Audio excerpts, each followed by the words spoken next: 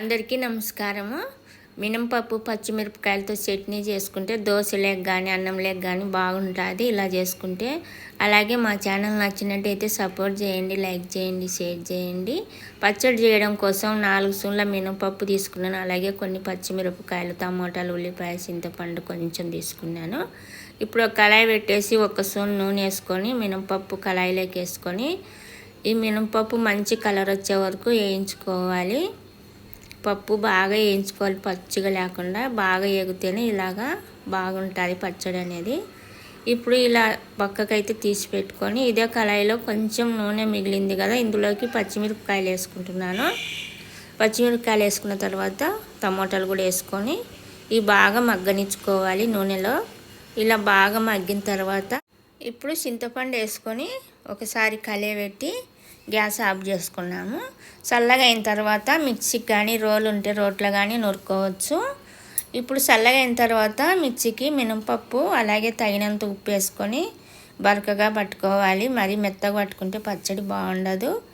ఇలా బరకగా పట్టుకుంటే మనం తింటప్పుడు చాలా బాగుంటుంది పచ్చడి. ఇప్పుడు మనం వేయించుకునే టమోటా పచ్చిమిరపకాయ కూడా వేసి ఎక్కువసేపు తిప్పకుండా కొంచెం ఉడకలుగా తిప్పుకోవాలి ఇలాగా. ఇప్పుడు లాస్ట్న సన్నగా కట్ చేసి ఉల్లిపాయలు వేసుకొని ఒక్కసారి తిప్పుకుంటే సరిపోతుంది, ఉల్లిపాయలు మెత్తగా కాకుండా. ఇలా తిప్పుకున్న తర్వాత ఇప్పుడు తాలింపు అయితే వేసుకున్నాము. మళ్ళీ 1 స్పూన్ నూనె వేసుకుంటున్నాను. అలాగే తాలింపు గింజలు, కొంచెం కరివేపాకు, 2 మిరపకాయలు చుంచేసి తాలింపు బాగా కాలనిచ్చుకొని చట్నీ అందులోకి అయితే వేసేసుకున్నాము. ఇలా ఒకసారి మీరు కూడా చేసి చూడండి, మినపప్పుతో చట్నీ బాగుంటుంది. అలాగే మనం దోశలేకి తినొచ్చు, అన్నంలోకి తినొచ్చు, చాలా అంటే చాలా బాగుంటుంది. ఇప్పుడైతే తాలింపు బాగా కాలిన తర్వాత గ్యాస్ ఆఫ్ చేసుకుంటున్నాను. ఇప్పుడు ఇందులోకి చట్నీ వేసుకున్నాము. చట్నీ వేసి కలబెట్టుకోవడమే, ఇంకా ఏం మగ్గనియాల్సిన అవసరం లేదు, మనం ముందే అన్నీ వేయించుకున్నాం కాబట్టి. ఉల్లిపాయలు అనేది ఇలా పచ్చగా పట్టుకుంటే బాగుంటుంది పచ్చడి, మెత్తగా తిప్పుకోకూడదు. ఇప్పుడు మనకు మినపప్పు పచ్చిమిరపకాయలతో పచ్చడి అయితే రెడీ.